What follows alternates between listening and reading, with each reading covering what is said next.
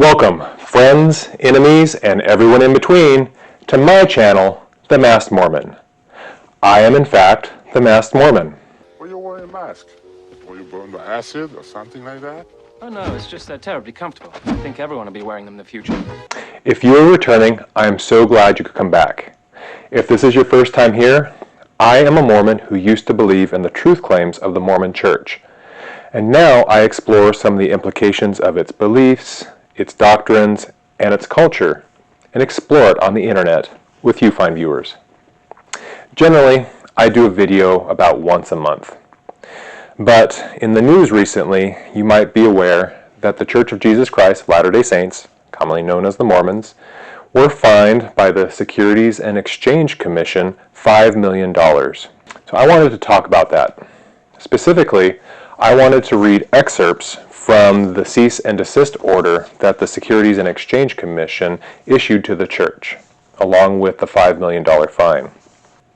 A lot of things have been said, both on the believing side and the non-believing side, about this issue.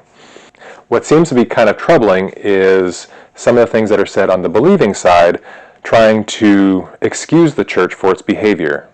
They'll say things like, well, they didn't know, or they took bad advice, or any number of things that can be used to try to get the church off the hook, so to speak. But in the cease and desist order, the facts become very clear. I will be linking a copy of the cease and desist order in the description below.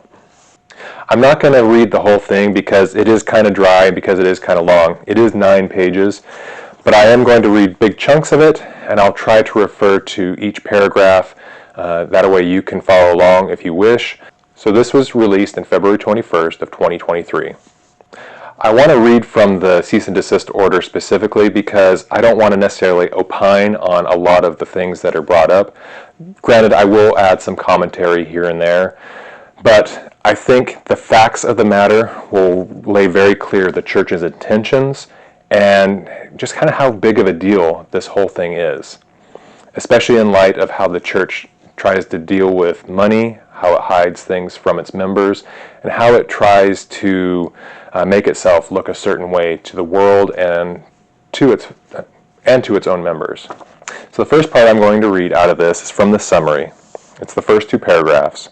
So the summary, or the facts of the case, are that from 1997 through 2019, Ensign Peak Advisors, an entity which manages the assets, including the investment securities of the Church of Jesus Christ of Latter-day Saints, failed to file with the Commission certain required forms, specifically Form 13F, that would have disclosed the size of the Church's equity portfolio to the Commission and the public. Instead, the Church and Ensign Peak created 13 limited liability corporations, or LLCs, including 12 similar LLCs, these were clone LLCs, with addresses located throughout the U.S. for the sole purpose of filing Forms 13F and preventing public disclosure by Ensign Peak of the Church's equity securities holdings. The Forms 13F that Ensign Peak filed in the names of these LLCs misstated, among other things, that they had sole investment and voting discretion over the listed securities, when Ensign Peak at all times retained discretion over all investment decisions. So when the LLCs were formed, it was the understanding that those LLCs would have sole discretion in investing the church's assets. But in reality, Ensign Peak retained that discretion. Continuing on, Ensign Peak developed its approach to filing Forms 13F in the names of these LLCs with the knowledge and approval of the church, which sought to avoid disclosure of the amounts and nature of its assets. Just let that sink in for a second. With the knowledge and approval of the church. Not of Ensign Peak, but of the church. Through their institutionalized use of this approach for almost 20 years, Ensign Peak's significant role in the securities markets as an institutional investment manager was not disclosed to the Commission, the markets, and the investing public as required by Section 13F of the Exchange Act and Rule 13F thereafter. Okay, so that kind of lays the whole summary for what happened. So getting down into the details. So from paragraph 2. Ensign Peak Advisors Incorporated is a Utah nonprofit corporation headquartered in Salt Lake City, Utah. Ensign Peak is responsible for investing and managing the reserves of the church. Ensign Peak is governed by the Board of Trustees, consisting of members of the church's presiding bishopric and the managing director of Ensign Peak. Ensign Peak's managing director is appointed by the church's first presidency and reports to senior leadership of the church. So getting to the facts, in paragraph 4, the cease and desist order tries to define what the importance of Form 13F is. Section 13F of the Exchange Act require that institutional investment managers file Form 13F with the Commission on a quarterly basis if they exercise investment discretion over at least $100 million in securities that are traded on the National Securities Exchange or on the automated quotation system of a registered securities association. Jumping down to paragraph 6, throughout its history, Ensign Peak was required to file 13F, identifying and providing certain information about Section 13F securities that it managed for the church. So throughout its history, this isn't something new. Ever since Ensign Peak existed, they've known they've had to do this. To paragraph 7. By at least 1998, senior management at Ensign Peak was aware of Ensign Peak's requirement to file this Form 13F and communicated this requirement to senior leadership of the church. So since 1998, Ensign Peak has known about this requirement, and they communicated that to the leadership of the church. This includes President Hinckley, President Monson, and President Nelson. So this isn't something new. To paragraph 8, it says, to prevent disclosure of the securities portfolio managed by Ensign Peak, the church approved Ensign Peak's plan of using other entities instead of Ensign Peak to file Form 13F. The church was concerned that disclosure of the assets in the name of Ensign Peak, a known church affiliate, would lead to negative consequences in light of the size of the church's portfolio. Ensign Peak did not have the authority to implement this approach without approval of the church's first presidency. So the church was afraid people would know how much the church had, and this plan was approved by the first presidency. In paragraph 9, in 2001, at Ensign Peak's recommendation, the church created a trust and separate LLC under the ownership of the trust to file 13F. To paragraph 10. The first LLC was assigned a location in Glendale, California, although it conducted no business at that site. Let that sink in for a second. Made an LLC for California, but no business was conducted there. Ensign Peak signed an investment management agreement, or an IMA, with the LLC, and certain of Ensign Peak's employees were assigned to be investment managers for the LLC. However, notwithstanding the IMA, Ensign Peak failed to transfer investment discretion to the LLC. So even though it created the LLC, the investment discretion was not assigned to that LLC. To paragraph 11. On March 15, 2005, the church became aware that the public might link this first LLC to the church because the person signing Forms 13F was listed in a public directory as a church employee. To address this issue, on March 21, 2005, the senior leadership of the church approved a new reporting entity to be created with, quote, better care being taken to ensure that neither the street nor the media could connect with the new entity to Ensign Peak, close quote. The street, meaning common folk, you and me. To paragraph 13. Several years later, in 2011, Ensign Peak became concerned that its portfolio had become so large that the Form 13F filings it made using the name of the second LLC might attract unwanted attention, and sought the church's approval to form additional LLCs to file Forms 13F. On May 19, 2011, the church's senior leadership, first presidency, approved Ensign Peak's recommendations to clone the second LLC to create new Form 13F filers. So it created clone LLCs.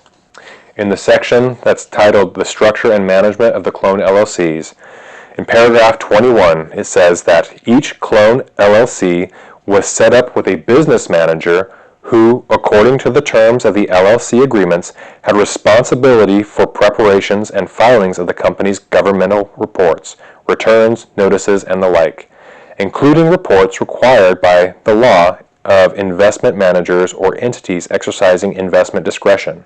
However, the business managers performed no functions for the clone LLCs outside of signing the Forms 13F signature pages each quarter. So these business managers did nothing except sign the signature page of this Form 13F. Down to paragraph 22. Business managers were selected because they had common names and a limited presence on social media, and were therefore less likely to be publicly connected to Ensign Peak or to the church. Ensign Peak provided the business managers very limited information about the clone LLCs or why they were created. Paragraph 23. Each clone LLC was given an address outside of Utah, although none of them conducted any business at those locations other than the receipt of mail.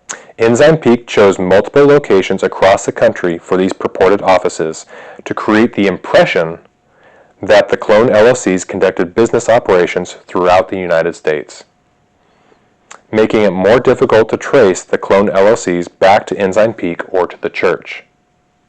That seems kind of odd, doesn't it? Paragraph 24. Each clone LLC was also assigned a local phone number that would go directly to voicemail. An Ensign Peak senior manager instructed a business manager of one of the clone LLCs to notify him of all voicemails from regulatory agencies to any of the clone LLCs, but to delete all others. So if you tried calling one of these LLCs, it would go directly to voicemail, and unless you were a regulatory agency, it would be deleted. So in the section entitled Ensign Peak filed misstated Forms 13F, paragraph 26, it says, to prepare the filings, Ensign Peak maintained a list of all Section 13F securities within its portfolio and allocated these securities to the various clone LLCs. Ensign Peak allocated newly held Section 13F securities to a clone LLC at the end of a quarter, and also reallocated other Section 13F securities to new LLCs as the number of LLCs increased. Ensign Peak's senior management then drafted the Forms 13F and filed them generally before obtaining the business manager's signatures. Paragraph 27. Each Form 13F filed in the name of the clone LLC misstated that the LLC had sole investment discretion for the securities listed, that there were no other managers for the securities, and that the clone LLC had sole voting discretion over these securities, even though the IMAs stated that Ensign Peak had delegated investment discretion. Ensign Peak continued to manage the entire portfolio and at all times maintained investment and voting discretion over all the securities. Paragraph 28. Each Form 13F was signed by the designated business manager. However, Ensign Peak provided the business managers with insufficient information about the clone LLCs or the securities assigned to them that would enable the business managers to make this representation. When Ensign Peak obtained the business manager's signatures for the Forms 13F, Ensign Peak gave the business managers only the signature pages of Form 13F and not the complete documents. In addition, the Forms 13F were often filed with electronic signatures before Ensign Peak actually obtained the business manager's handwritten signatures. Now let that sink in for a second and think back to movie tropes and television tropes about somebody passing an official a piece of paper for them to sign without having read it first. Is that usually a good thing? No. Paragraph 29. Each Form 13F also misstated that the business manager signed the Form 13F from the address listed on the signature page. In fact, all business managers were located in Salt Lake City, and the addresses on the forms were used to convey the impression that the clone LLCs were located across the country. The church and Ensign Peak understood that Ensign Peak continued to make investment and voting decisions relating to the portfolio, and the LLC structure was created for the sole purpose of filing Forms 13F. Paragraph 31. Throughout its history, at least once a year, Ensign Peak's managing director met with the senior leadership of the church to discuss Ensign Peak's activities, including, at times, the LLC structure. Unanimous approval from the senior leadership of the church was required. Unanimous approval from the senior leadership of the church was required. Before Ensign Peak could deviate from the LLC structure and file Forms 13F in Ensign Peak's own name, in the section entitled "The LLC Structure Was Made Public." Paragraph 33. In May 2018, a public website reported that various entities that appeared to have ties to the church had filed Forms 13F revealing holdings of approximately $32 billion. The website referenced evidence indicating that these entities' domain names were all registered to an entity tasked with overseeing and protecting the intellectual property of the church, and that each of the LLCs identified listed a business manager whose name matched that of a church employee. Paragraph 34. After the website reported this information, 2 business managers resigned from their roles, voicing concerns about what they had been asked to do. Rather than changing the LLC structure, 2 new business managers were assigned to replace the 2 who resigned. Essentially saying, well, if you won't do it, we'll find somebody who will. And to end with the decision that was eventually come to, it says that Ensign Peak shall pay a civil money penalty in the amount of $4 million. And additionally, that the church shall pay a civil money penalty in the amount of $1 million to the SEC. So in total, the church has to pay $5 million to the SEC. Ultimately, though, this is a pittance compared to how much they hold in other securities and property and whatnot. So I know that got kind of long, and hopefully it wasn't too dry, but I know there's a lot of people on both sides of the issue saying things that are kind of rooted in some bit of truth and some bit of hyperbole, both on the believing side and on the non-believing side. But I think ultimately what it comes down to is once you read the facts of the case, then you can kind of come to a better realization of what happened, what the church did, and why it was so wrong. I think what the church did was ethically wrong. As you start breaking down the facts of the case, you realize that the church was purposefully being deceitful. But there was a commenter on Reddit who I think helps describe some of the more troubling aspects of the facts of this case. But what they ultimately say is that the leadership of the church thinks they need to hide things from us. They do not trust us. They think so little of the faith of the people, they need to shield us from the truth. This isn't different from their decades of hiding LDS history from its members. Now, I think that's pretty interesting, and I think it's ultimately true. The church doesn't trust its members. They're afraid that if people know how much it holds in its financial holdings, that people will stop paying tithing. And if people stop paying tithing, they can stop accruing all this wealth. They go on. It is an integrity issue. As a child, they spent a lot of time dissecting the meaning of do what is right and let the consequence follow. They had some pretty painful experiences from adhering to this. And as an adult, they strive to the highest ideal to live by the words of the Temple Recommend question, are you honest in your dealings with your fellow men? For decades, Mormons have been lauded in national publications as among the most trusted, honest, ethical people, having the highest integrity in general society. And then we are betrayed, stabbed in the back by our own leaders at the highest level possible. They continue, it was so intentional, so deliberate. This was not an accident, an oversight, or an oops. They were warned by financial advisors that it was not legal, and the SEC would come down on them for it. The advisors were ignored. They deliberately schemed to hide this money and these investments in shell companies. And yet, when caught, the leadership merely doubles down to the membership with comments about being guided by revelation. This is so insulting. This is not the actions of Christ or of a Christ-centered church. This is what I would expect from Joel Osteen or Kenneth Copeland. They continue. They hear many say, it doesn't hurt anyone. Actually, it does. The public deserves to know who owns large amounts of shares of publicly owned companies. These shareholders have some of the largest influences on annual proxy voting, board of director voting, and can exert influence to shape the direction, actions, and culture of a corporation. All of these things can and will influence share prices. They will be factors in the decisions of others as to whether to invest or not. The church has always warned against secret combinations.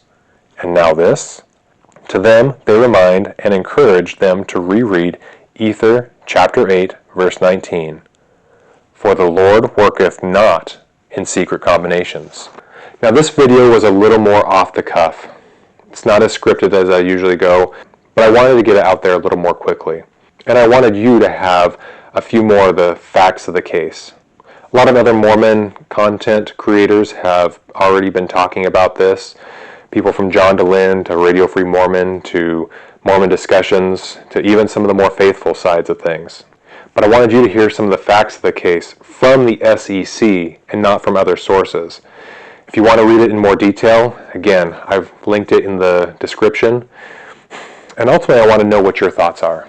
I've already made my thoughts clear on the ethics of tithing and what the church does with some of that money. But I think ultimately this shows that yes, the church doesn't trust its members.